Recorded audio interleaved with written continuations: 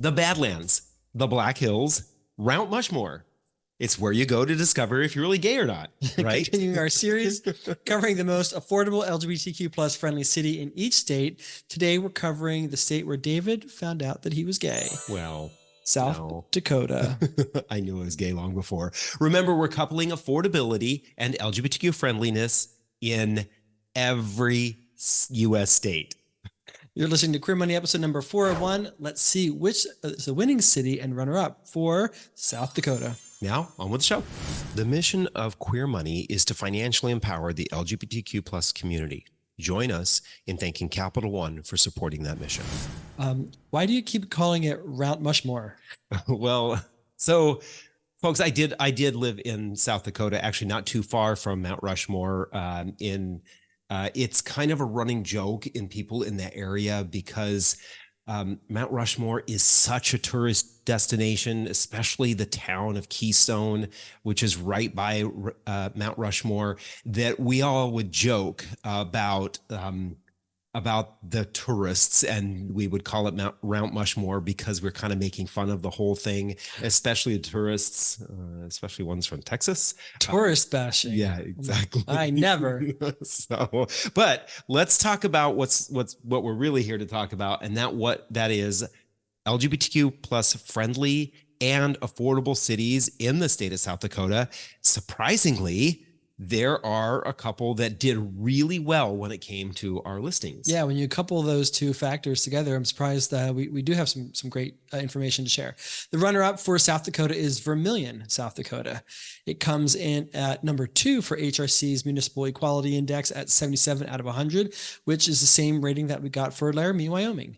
It has the lowest cost of living at 80.2%. which is the lowest of all the 4 cities we were able to analyze in South Dakota. Yeah, and that's basically like a 20% discount to the national average. So you are looking at a fairly low cost of living there. Yeah, very, very low cost of living. It comes in lowest for home values at averaging about $234,000 per property, but does come in last for median income. So it has some income challenges, which may not be that egregious when you consider the low cost of living. It may correspond quite nicely. I'm not entirely sure. It is about 1 hour south of Sioux Falls. It is on the Minnesota border, and it is a home of University of South Dakota. Yep. And that's what we're going to find with both of the cities on this list, is that they are near the Minnesota border, and the other one is a 1 hour drive north of Sioux Falls.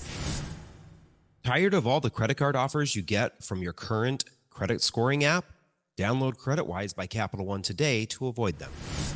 And that is the city of Brookings. Yay! Yeah. What's interesting is Brookings is a pretty small city. It's a population of about 25,000, and it's the only city in South Dakota to get a 100 on the HRC MEI index. So way to go, Brookings. Yeah. Now, this might be possibly because it is a small city that is very tied to the university, which is South Dakota State University.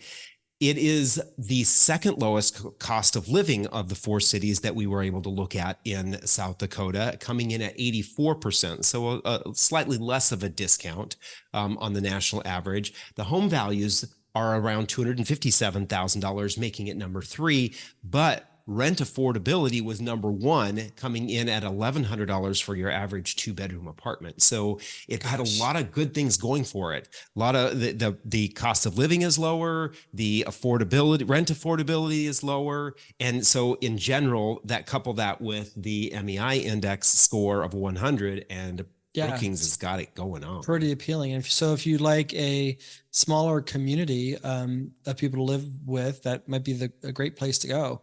Other great things about Brookings is that it's, as David already told you, he's trying to steal my limelight. It's the home of South Dakota State University. It also is the home of college swimmer, homecoming king, and student body president for University of South Dakota, Josh Sorbet, who is a local LGBT celebrity there. Very active PFLAG community, and has an LGBTQ liaison for the police department. And Brookings Pride is June 3rd, 2023. So maybe we all have to head up there early in June and avoid the heat. Yeah. So congratulations, Brookings. Start your journey to financial independence with a checking and savings account that doesn't nickel and dime you with fees. Get a Capital One 360 checking or 360 performance savings account at Capital One today. Thank you, as always, for listening or watching another episode of the Queer Money Podcast, especially if you're watching on YouTube. On next Thursday's Queer Money bonus episode, we're covering another affordable, LGBTQ-friendly city in the state of South Carolina. If you'd like to see the results of all the cities in each state that we're analyzing, please go to queermoneypodcast.com/cities or click the link in your podcast player for our growing analysis. Thank you and have a great weekend.